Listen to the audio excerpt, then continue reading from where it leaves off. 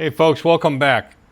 Here is the left side spare, if you want to call it, fork tube, the lower fork tube for the V65 Sabre, the one that has the TRAC mechanism or the TRAC assembly.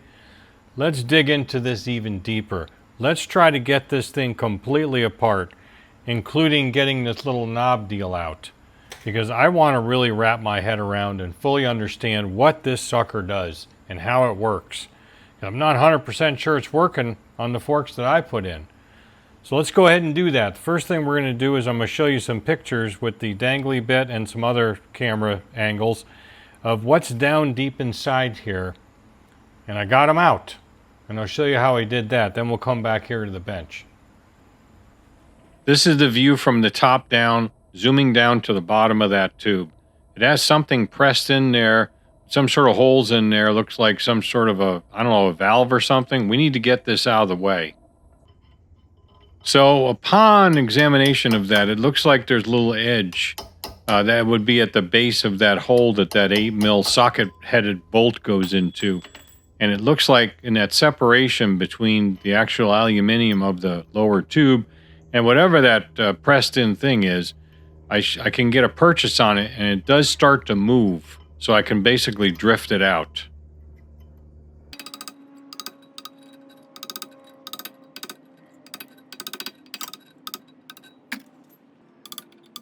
This is not a very firm press fit. It is barely an interference fit.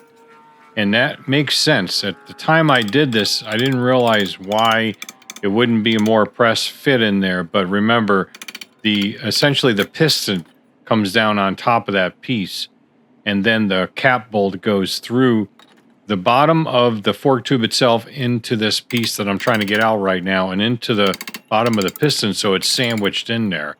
So if I go with progressively longer drifts, I might be able to move it and get the thing to come down the tube. It is somewhat of a fight, and I got to be careful. I don't want to mar up the inside of the tube. But it comes out pretty reasonably easily.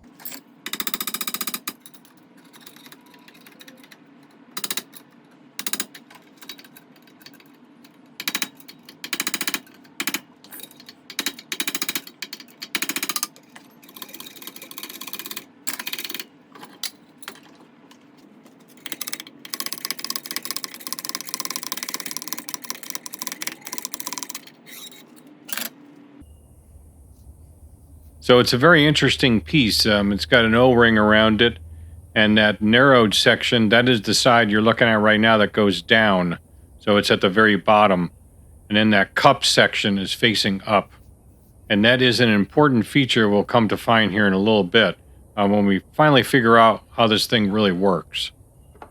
That's the part that went inside there I just showed you that goes down to the bottom. There's an O-ring in there as I showed you. I've removed the O-ring because we're going to stick this back in to show you something here in a minute. M8 by 1.25 thread pitch goes through and goes into the piston tube itself. This is the correct one. It's got the 2 piston rings on it, and we do have that oil lock installed. I do not have the rebound spring because it would just get in the way. This is just for demonstration purposes, obviously.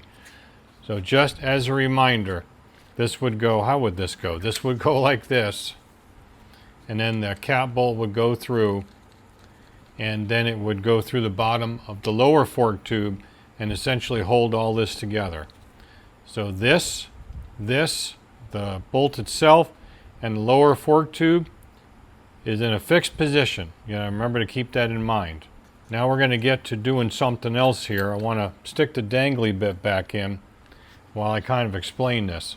What we're going to do is we're going to show some locations of some cross holes here. One of them is where this little knob, this adjuster knob, which allegedly adjusts the amount of compression resistance, I guess you want to call it, to keep the forks from diving when this valve closes. We already covered that in the other video, but we'll kind of cover that really quick here in a second. Because once I go over this stuff, we'll kind of walk you through a scenario of functionality from the beginning to the end. So let me fire this sucker up and I'll do some overlay here in editing. Come up from the bottom. I was trying to do it from the long end going, man, I can't get in there, and I'm like, why don't you just go from the bottom? It's like an inch away. Let's hit record this time, moron. I'm going to show you two features in here. The first one is right there. Now that is the back side or the inside of where this knob goes through, and you can tell because when I spin the knob, that feature, that particular thing starts to move, starts to rotate. You can see the inside of it is hollow, so it obviously is part of a fluid path, but how in the hell or what in the hell does it do? The hell? There we go, that's a little better.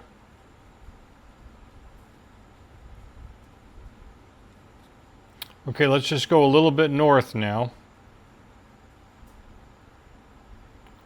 And there is another one. Now this one has a hole. It's very difficult to get this to cooperate, but I think you can see. I'll try to identify this in editing if I can. Yeah, there we go. On the very bottom of it, remember that is toward the little knobby hole that I just showed you, is it is a channel or a path, fluid path. There isn't any others around it. That is the only one. I mean, how would you drill them? You have to have some sort of an access point to even get this, and I can show you what that is too. Now if I bring you down on the bottom of it, this hole here has got a screw, a spring, and a stainless steel, it appears to be, is non-magnetic detent ball. That's what detents this into the four positions. Click, click, click, click. Obviously I have that out. That is the hole they use to drill up through here, to go through this port here, this channel, and also into the one I just showed you. You know, that's not terribly important, but it just gives you an idea of the distance between here and here. So that's important, you have a hole going straight through. Okay, now let's take this is actually called oil lock part B. That's what Honda calls it in the part fish. So the lock itself would be part A, although they don't say part A, they just say oil lock, and then oil lock part B. That's the part I showed you before we drifted out. Let's go ahead and drop it back in. It will go in pretty easily because there ain't no O-ring on it. Because this is impotent too. There it is, it's all the way to the bottom. Okay, I got it angled and that piece is seated all the way down in there. What I want to do is I want to go down to the largest width of it, the part that's got the O-ring that seals off the inside of this lower tube, and get a spot where we can do a measurement. So there's a spot right there relative to the top of the tube. We'll just put a little mark with some red marker. Okay, if we line up that mark, that piece comes down to about right there. The reason why I'm doing that is because that piece that seals off that bottom part is below that hole that we showed you, that second hole, north of the one that this knob goes through. But the knob that goes through that hole is slightly below it. Yeah, and you can see it. That is, again, that top hole. So it would be an oil bypass of some sort, and that little flange there, kind of at the top because I have this thing upside down, is that piece we just dropped in. That's that oil lock part B. I'm going to try to knock this up. I'm going to get it knocked up. Yeah, there we go. I just moved it from the top, pushed it up. Now we should be able to see it with the dangly bit in the relationship. Okay, so there again is that spinny part, the end of that, the other side of that knob. Now if we move this back down, if we can, yeah, so there is the edge of it, the lower edge, and there's that thing. So essentially it sort of covers it, but it's a narrower section, so it does not block it off. That's my point here. You can kind of just barely see it down in there. It's the best I can do to get this stupid camera the right place. See it? So it's in an area of clearance because it's narrower down on the bottom. The reason why I spent so much time on that is because it's super important to this. So again, you have a drilled hole through here that this knob penetrates into, and I'm assuming some sort of valve or some sort of restriction. We're going to take this out because it's got to come out from the inside, obviously. You saw that inside section is bigger, and we'll look at it and see exactly what that does. That is below this part that has a sealing O-ring. So it's somewhere in this area right here. And then again, the hole up here is above it. So what you can see is happening here is you have a bypass circuit for the oil. And that really is the important parts of this thing. Now let's go ahead and just take this and put this back on the piston. And we'll go ahead and just put this cap bolt back in just for now to kind of hold it in place. Let's walk through how this would work. So this essentially would be all the way down the bottom like this. It would actually be about right up in there. So just above, that's where the top of that lip is. So just above that. Because that aluminum in there is actually pretty, that aluminum in there is pretty, it's got a counterbore, of course, so it's quite a ways up in here. It's not flush with the bottom. We already know where that red mark is. That is the top edge of this thing. So it's going to be sitting about right there. So, remember we have some packing that goes in this hole right here. And then this is the actual cover for the assembly. And there would be an O-ring sealing this off. Okay, so as we discussed in the other video, when it's retracted back, it has a spring in there, so it's always pushing backwards. It has a little clearance. You can see that clearance right there, the way this thing moves. Yeah, you see that? So again, it's always a way that would allow the fluid to go back and forth under normal circumstances. Now remember, this is firmly attached to the lower. The chrome tube, chrome bar, whatever you want to call it, the fork tube is over top of this. This seals off inside that tube. This really is a damper rod. It doesn't have any adjustment as far as damping goes, but it really is somewhat of a damper rod. It's going to provide some damping. It has to, because it has a reduced diameter inside there, and the holes on the bottom of this piston are going to allow fluid that comes through the piston under somewhat of pressure to come out these holes right here on the bottom.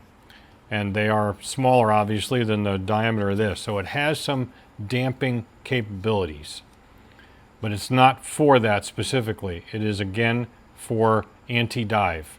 So when this thing is in here, it's all firmly mounted. You got the fork tube, the chrome tube, whatever you want to call it, over top of it. And then here's what the magic does.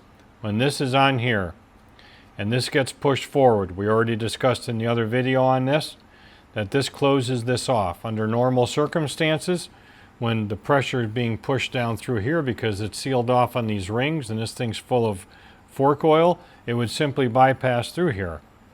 So any pressure from the forks being compressed is going to be pushed down. Remember, the top of the fork is a closed system, and it's going to come out here and it's going to come back in through here. And it's just normal stuff with whatever amount of damping this thing would render, which is probably very little.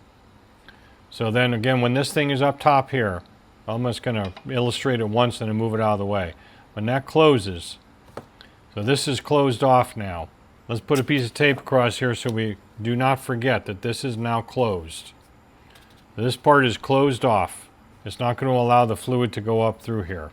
And we already know that there is a hole right here where this knob is, and we know that there's a hole up here, and we know that that hole where the knob is below this O-ring, and the knob above it is above the O-ring, giving it a path to go through. So what that does, obviously, is when this is closed off and the fluid cannot come back in through here, the path of least resistance, which was this, is now gone. Now the path of least resistance, and the only path, is going to be through this bypass circuit that goes through this tube. Let's turn this channel. Let's turn this a little sideways. And that hole is again drilled through here. When they drill this and tap it for that screw and that spring and that detent ball, we do have a pathway for, or a circuit for fluid to go through. So this obviously meters that pressure now that's being diverted through this circuit when this is closed under hard braking, because the brake rotor and that assembly and that linkage system pushes that closed. Then it hardens the shock up, the fork up, because again it's going through a very narrow channel here depending on what this is set to. Let's go ahead and pop this knob off, because what I'd like to do is, since they're made all the same, I'm assuming, this set screw right here has got to be a common factor between all these knobs, and I can use this one to tell where the most restriction would be and the least. That way I can number mine, because I honestly don't know the detents where this thing would be in a particular position to create the most anti-dive functionality. Yeah, one clarification here. Let me zoom you out a little bit. I just remeasured where this bypass hole would be, because it doesn't make any sense it would be up this far. It can't, because that hole's down here would drill into the axle boss hole. So I've got this camera now dead nuts over top, the side camera over top of this hole that's above the O-ring on that part B of the oil lock. And I'm up against the bottom of the fork tube with my finger. So if we do that, it's about here. About right there. So that makes sense, because if it was up here, it would interact with this hole here for the axle bore. Right in here, because this hole is about that level there. So it intersects probably right about in this thicker boss area right here. Goes up in there. Because how they drilled that obviously is, if you notice this here, let me turn this here, how they made that, and this is probably something I should have realized before. How they made that is, they came through here, because that lines up with this hole. We should be able to look straight down and see that, and we can. If I come straight down in here, there's the hole. So that should have really told me that before. I just didn't wrap my head around that part of it. So that hole is definitely about right there. So that's how they drilled that hole on the back side, and to connect it to this hole in here, this port where the knob is, again they went through the back here, and that's where that detent ball and spring goes. So I always want to look at how they made things, because then we can wrap our head better around how these things work. Okay, I found an Allen key. Don't ask me what size it is, because it was in my loose keys. Yep, got it. As I took this knob off of mine, the one that's on the Sabre, you know, way back when I was first doing these forks, trying to figure out how this thing works. Okay, so you have a little flat on it, and there's a flat machined on this too, and there's your set screw and your knob. So obviously this thing has to come in from the inside out, and it does. Okay, so obviously it sticks out this way, because there's your flat for the knob. You have a small hole there, and there's your pass-through hole that allows it to go into the channel. So this is the hole that is on the inside. I guess because of that shoulder right there, it's a little bit of a tapered shoulder. It won't pull out this way. I'm assuming that's to be the case. Yeah, it probably just looks bigger on camera, like everything else does. So there's a larger one, no hole, but a dimple for a detent, smaller hole, and 1, 2, so there's 3 holes. I would imagine one of the settings must be off then. Not exactly. I will get to the complete and thorough understanding of this when my brain finally starts to actually work. I'm not really sure, because this thing would detent in 4 ways. So, you know, assuming it's like this, of course, and the detent ball comes in from this direction, this would be one of the detents right here. that would be on, let's put it on the blank one. So when it's on the blank one, it's facing like this. Let's try to figure out how this would go. So if it's on this one, because when it's on this D10 here, which is blank, and that's coming in from the back side, the 3 holes are this side of it. So when it's that way, that medium size hole is toward the channel, toward that pathway. When you click it once to the right, that small size hole right there is toward the pathway. Click it once to the left from there, and the large size hole is toward the pathway. All in conjunction with this end right here. This is where the oil will come in under pressure. Because this thing is inside the bore, there's just an O-ring to seal it off from the outside. The path of least resistance has to be the one that's lined up to that path that goes through. If we are on just this D10 right there with no hole, that would be the medium. One click to the right would be the most restriction, or the most force as far as restriction goes. So essentially be the greatest amount of anti-dive, and then one to the left would be the least amount of anti-dive because the hole is bigger. Because I tested the flow on mine with some brake clean and stuff. I knew I could blow some fluid through here, and I could swear that we were getting some fluid through that passageway, because you can see that one that's in line with that hole up here. I'm working through this as we talk, and it has to do with this oil lock here, because I couldn't exactly figure out what this is for. You know, it's on a spring. What does it do? Well, I'll show you here in a second. This is a 4, count them, 4 position, 1, 2, 3, 4 knob. It has 3 holes, but position 4 does not have a hole, and when that's facing this passageway, what is it doing? It's blocking the passageway off. And in that angle, as far as the rotation goes, this set screw is pointing straight up the bar. So this, my friends, is your stiffest position, because there's no oil flow allowed through this bypass. That's your stiffest right there.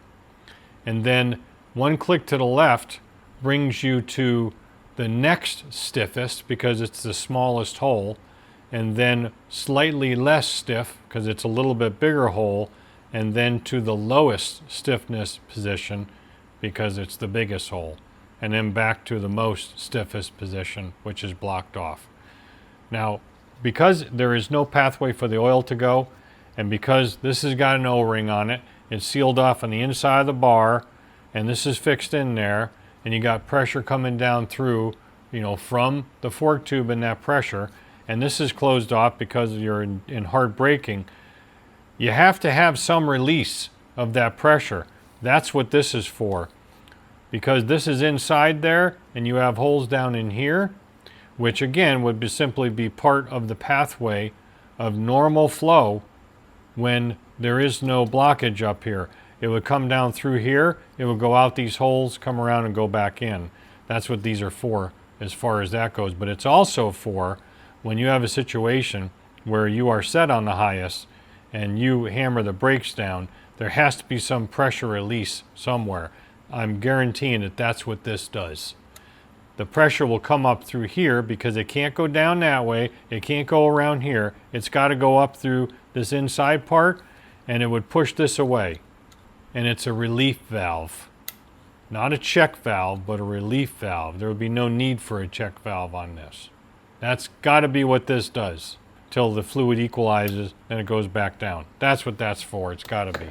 So indeed, this is a 4-position knob as far as that goes. I misinterpreted that before, and there you go. Because there is most definitely no hole there.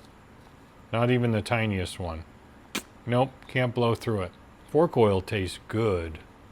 So how they installed that is right through this hole, because all this stuff lines up. Once you take it apart, once you get this bastard out of there and you can actually see in there, you can really see how this thing is machined. That hole goes straight through to where the knob goes.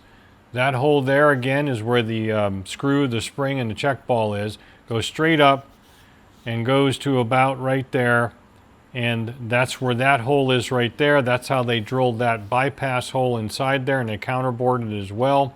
So this is all part of the design as far as the machining goes. This is not anything to do with it.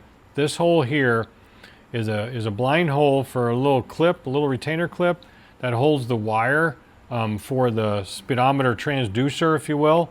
The thing that spins around and sends a signal to the, probably some sort of a pulse signal, pulse width signal up to the speedo computer up there. So that is really cool. Now we know exactly how this sucker works. And why it may not be working would be if this thing is plugged off, or it won't turn, or these ports are plugged or something. Like I said, I'm 99.99% sure that mine is functioning as far as the flow goes, because when I blew all this stuff out, I mean, I really cleaned the shit out of this. If I had known then what I know now, I would have knocked this part out, maybe even tried to find a replacement O-ring. I can tell you the size of this O-ring based on the parts fish, but it's not available. Let me get that for you. Okay, it's a 37.5 by 2 millimeter. Here's that O-ring right here, 37.5 by 2. You know, I have no reason to believe the O-ring on mine is bad. Okay, so in the original video when I did the deep dive on these forks and we were talking about the TRAC system originally, I was referencing a lot of stuff online, reading different articles, because I didn't really know how it worked. I figured that I would just tell you about that when I was doing that video. One of the things I told you about was in one particular article, they stated that this TRAC anti-dive is essentially dynamic. In other words, it kind of adjusts itself to certain road conditions. For example, let's say you're in heavy braking and you're slowing down and you have the forks as far as the TRAC setting on the highest setting, and so it's the firmest setting. And then you hit a couple of bumps or some, you know, shock load value as far as that goes up against the front wheel. Well, what that's going to do is momentarily it's going to increase the pressure inside that left fork. And what they had said was in the article, how it balances that kind of automatically was it actually pushes that plunger away from the packing, and thereby kind of forcing the caliper away, even though the rotation of the rotor is trying to keep it up there, depending on how hard, you know, you grab a handful of brakes. I don't believe that that is the case based upon what I just covered in the video regarding this piston. Let me bring you up a little closer and I'll explain my theory. Now, certainly it could be doing that under those circumstances. I don't believe it is because of this, what we just covered. This little oil lock. I think this oil lock is that mechanism to release that pressure. Maybe not in normal braking, like let's say I have a really flat surface, like on a track or something. Let's say you're on a really bumpy road and you grab a really heavy handful of brakes and you're on the highest setting. This comes forward, this closes that passage via the packing, and this little plunger coming forward diverts the oil through this little circuit we just identified, and being it's on the closed or the no hole right there, you have the highest pressure as far as backing up to provide that kind of anti-dive. And I think this is what meters that. I think before I called it a pressure relief valve or something like that. If I didn't, well, that's kind of, I think, what it does. I think that provides that kind of dynamic response to these forks in those circumstances, and not specifically this thing being pushed back. It just makes more sense, because this would absolutely be the path of least resistance for that fluid as far as the fork oil, especially in that shocking situation where it's, you know, boom, boom, banging, and you've got heavy braking. It's going to be spiking that pressure up and then coming back down and up again and down again. And this thing would be the thing that reacts to that. It has to be. It's got to be what its purpose is. So that's what I think. That's why I'm sticking it in here, because we just kind of went over this in the video. And I wanted to kind of clarify or expound upon that from the last video. Tell me what you think about that in the comments, but I think that that is probably how the functionality is. Let's test it. I have this set with that set screw pointing up the length of the tube. So according to the other one, it should be on the highest position.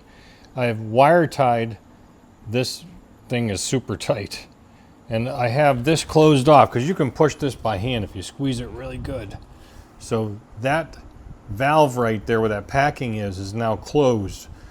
So it's simulating what it would be doing under hard braking. Let's take it off the center stand and bounce it and see if we notice a difference. I don't have a lot of room here, unfortunately, but see what happens. Oh yeah.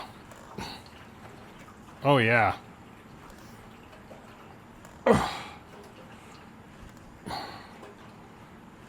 Oh yeah, there's no doubt. That is most definitely restricting it. Let me change the knob. Let's look at the other one again. If I turn it one click to the left, it will be on the smallest hole. So the next highest amount of restriction. Try that. Oh yeah, definitely a difference. Now one click more to the left, that will be on the next highest, kind of in the middle. Yep. This would be the lowest. When I say left, I'm going counterclockwise to you. No problem. Let's go back to where it's on that blocked off position.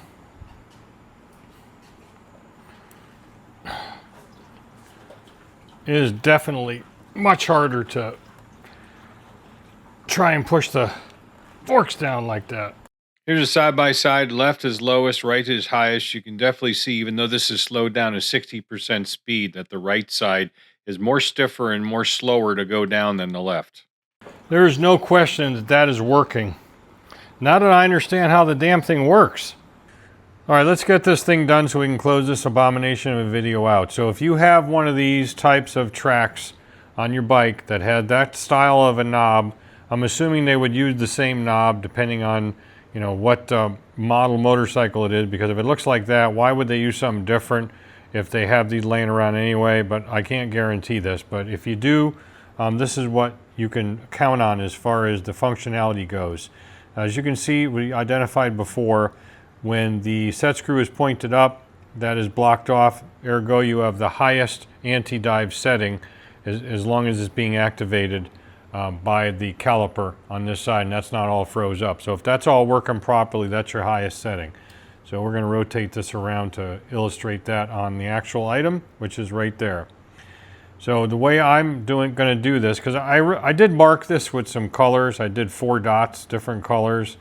Kind of looks like Rainbow Coalition suspension work here, and I thought it looked stupid, so I erased them. Up like this, of course, is max, so that would be like 1 or 4, whatever you want. And consider the rotation always being counterclockwise. So if we do 1 click counterclockwise, now the set screw is in a 9 o'clock position. So if we take this and we put it over in a 9 o'clock position, we are on the smallest hole. And then we click it over one more time, so now the set screw is in the 6 o'clock position, or the 6. That would be here. You're on the next largest hole, not the smallest, it's over here, but the next largest hole. And then another click counterclockwise, which puts the set screw in the 3 o'clock position. And that would be right there, and you're in the largest hole. That would be the least amount of anti-dive, because you have that oil passage being opened up larger through a larger hole, because it goes in the big end and it comes out the bigger hole. And smaller hole, even smaller or no hole, as we've already discussed. I'm going to go ahead and put this back on maximum. Remember that channel goes up from south to north, from here, in line with that hole in here, so about right there. So if you're pointed in that direction, you always think of it that way. You shouldn't get screwed up. And knowing that this is the highest position in this particular one is going to give you a reference to turn it in the appropriate direction, depending on how good your memory is. Like mine sucks, but I'm always going to remember counterclockwise, and therefore I really probably don't even need to mark the damn thing. Okay, so I did a thing here. We have the knob labeled. How long it lasts is anybody's guess. But I have it labeled in such a way where I figured, since it's 4 position, Number 4 is your highest position. And then 3, 2, 1. Remember, that set screw right there in line with that notch and facing up the fork tube is your highest position, as we've identified in this video by looking at this little assembly in here, this little metering rod, if you want to call it that, or metering valve, because that is closed off right there, as we can see here. Now, how I did this was simply take some measurements of the knob and then printed some stuff out on a piece of copy paper. This is just regular old copy paper. I did 3 different sizes. I used that size obviously, so there's a smaller one, medium, and larger. You just use Microsoft Word for that and use text boxes, and you can get things aligned the way you want. And then cut it out and glued it in with clear coat. Now, being that this has got a little lip around it, I had this set up vertically in a little vise on Dad's old bench and just used clear coat 1K and a little, sprayed it into a little container and used a brush. And then brushed it into this little recess, let it cure a little bit, and then stuck that piece of paper in, which I think turned it kind of a neat color, a little bit off-white. And then once it kind of set up a little bit, I just laid as much of the clear coat as I could over top of it. Again, taking advantage of that little lip so it wouldn't run over the sides. And I think that worked out pretty well. I did this a couple days ago. It is totally dry and totally hard. At least it is. And right now, I think it'll stay pretty good. So there's 3, that's your next lowest, 2, and then 1. Pretty self-explanatory, and then back to 4, because we've already again established that that is the highest or firmest position right there. So kind of cool. If you're interested in something like this, I'll put my email right here below this little graphic, or these printout thingies, and I'll tell you what size they are, or I'll just send you the Word file if you want to do something like this. And maybe you can print it out on some decal material with a laser printer or something, I don't know, and come up even with a better version of this. But I thought it came out pretty good, so I just wanted to show you that. Well, there we go. I'm really glad I did this. Learned a lot. I mean, what I said in the original video about these forks and the TRAC system functionality is correct. But I didn't go this deep, of course, because I didn't know I could. And then when I started looking at this today, I said, I think I can get this apart all the way. Sure as hell, no problem. But the thing is, now that I know how it works, and now you know how it works, it's probably the same functionality on all the Honda TRAC systems, perhaps with some different hardware. You can diagnose them pretty easily this way. So where the fault or the areas of problem are going to lie, well, most likely it's going to be number 1, mechanical, where the caliper gets rotated forward by the rotor and puts pressure on this valve here and packing. If that's seized up, of course, that's not going to work. Or I was watching a video by Fortnite where they were talking about TRAC, where the it's locked on because it's seized up, or it doesn't work at all. And I would agree with that. So check to make sure that it's not locked up and that thing moves. If your hands are strong enough, you can grab down below there where this little plunger is on that bracket and squeeze it. It's hard, but you can do it. And I was able to do that again and lock it off with a zip tie just now, as you saw. The other faults, of course, could be in the sealing part of it, like this packing. But these things it feels like it's metal, with rubber around it. Doubtful this is going to fail. And the O-rings in this thing, including the little one on that knob shaft, they look pristine. This O-ring has got no problem whatsoever. I wouldn't have a problem using it. The one on the cap here, I can't help you too much with, but you can use a round one. I don't know the diameter to use, and just make it assume this light bulb shape. And then you can, because I did that, I put a new O-ring on mine. I don't even have an old one to show you right now. And so that would be a fault problem, but you'd see a leak if that was the case. As far as it not working, it's either going to work or not, like Fortnite said, and most likely it's going to be seized up, on this little pivot point right here, or some other point, or you don't have enough fork coil in the forks or something like that. But this thing most definitely works. I'm really happy to see that, because I really haven't been able to test it until just now and know that it works, because now I know how it works. So hopefully you got something out of this. I sure as hell did. If you want to see more technical stuff like this, Stick around. You know what to do. Thanks for watching. As always, don't just repair, restore. Catch you on next video.